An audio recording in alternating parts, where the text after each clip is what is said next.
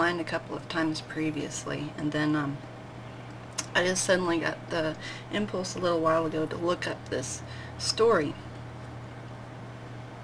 When I was very little, I had a book that was a compilation of different children's stories, and this one in particular stood out.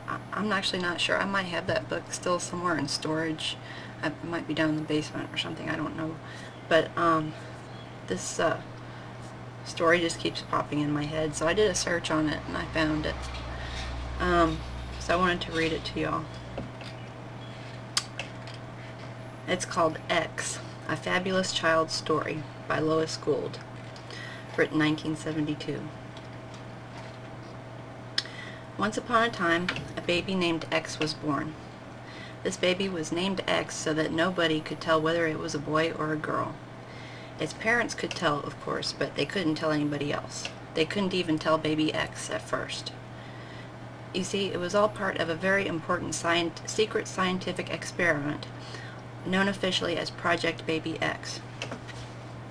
The smartest scientists had set up this experiment at a cost of exactly $23 billion and 72 cents, which might seem like a lot for just one baby, even a very important experimental baby.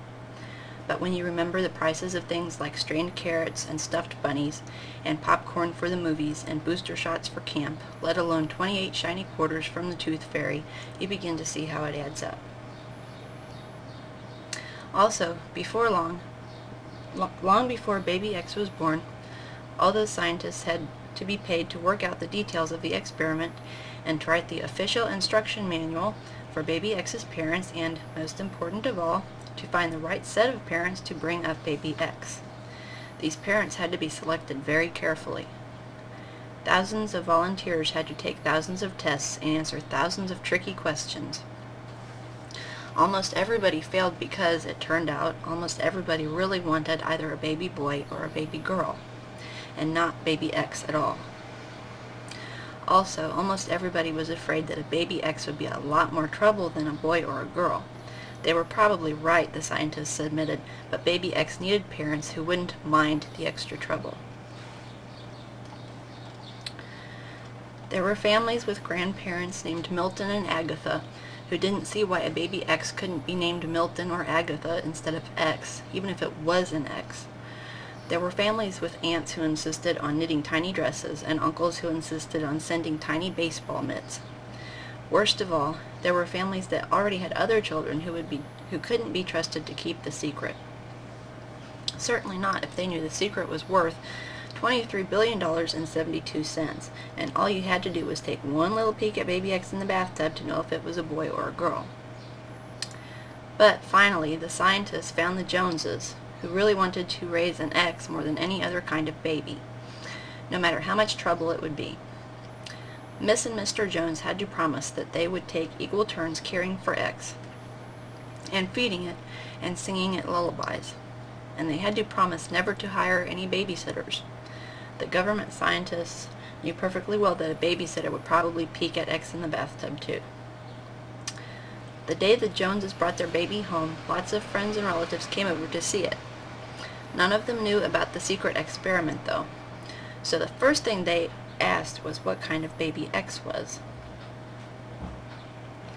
When the Joneses smiled and said, "It's an X," nobody knew what to say.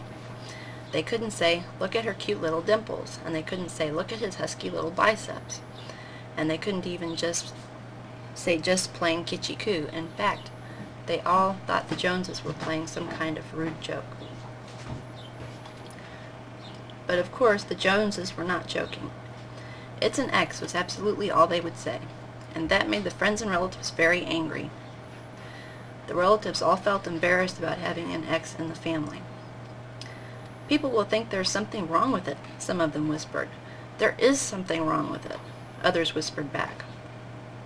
"Nonsense," the Joneses told them all cheerfully. "What could possibly be wrong with this perfectly adorable X?"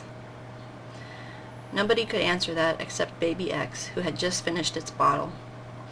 Baby X's answer was a loud, satisfied burp. Clearly nothing at all was wrong.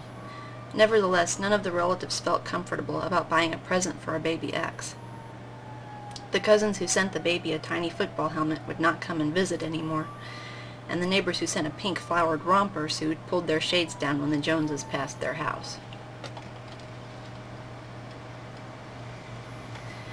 The official instruction manual had warned the new parents that this would happen. So they didn't fret about it. Instead, they were too busy with Baby X and the hundreds of different exercises for treating it properly. Miss and Mr. Jones had to give extra... What was that? That's a misprint. Had to be extra careful about how they played with little X. They knew that if they kept bouncing it up in the air and saying how strong and active it was, they'd be treating it more like a boy than an X. But if all they did was cuddle it and kiss it and tell it how sweet and dainty it was, they'd be treating it more like a girl than an X. On page 1654 of the official instruction manual, the scientists prescribed plenty of bouncing and plenty of cuddling, both. X ought to be strong and sweet and active. Forget about dainty altogether. Meanwhile, the Joneses were worrying about other problems. Toys, for instance, and clothes. On his first shopping trip, Mr. Jones told the store clerk, "I need some clothes and toys for my baby." The clerk smiles and said, "Well now, is it a boy or a girl?" "It's an X," Mr. Jones said, smiling back. But the clerk got all red in the face and said huffily, "In that case, I'm afraid I can't help you, sir." So Mr. Jones wandered helplessly up and down the aisles trying to find what X needed. But everything in the store was piled up in sections marked boys or girls. There were boys' pajamas and girls' underwear and boys' fire engines and girls' housekeeping sets.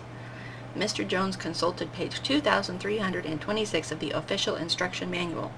"Buy plenty of everything," it said firmly. So they bought plenty of sturdy blue pajamas in the boys' department and cheerful flowered underwear in the girls' department. And they bought all kinds of toys.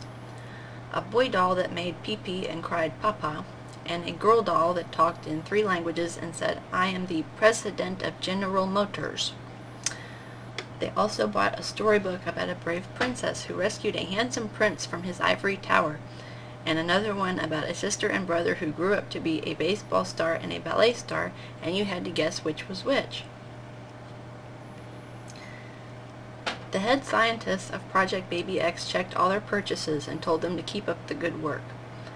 They also reminded the Joneses to see page 4626 of the manual, where it said, "Never make Baby X feel embarrassed or ashamed about what it wants to play with." And if X gets dirty climbing rocks, never say, "Nice little X's don't get dirty climbing rocks."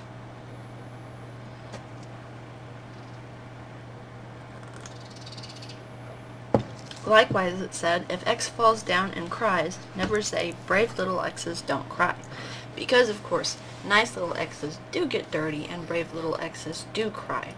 No matter how dirty X gets or how hard it cries, don't worry, it's all part of the experiment.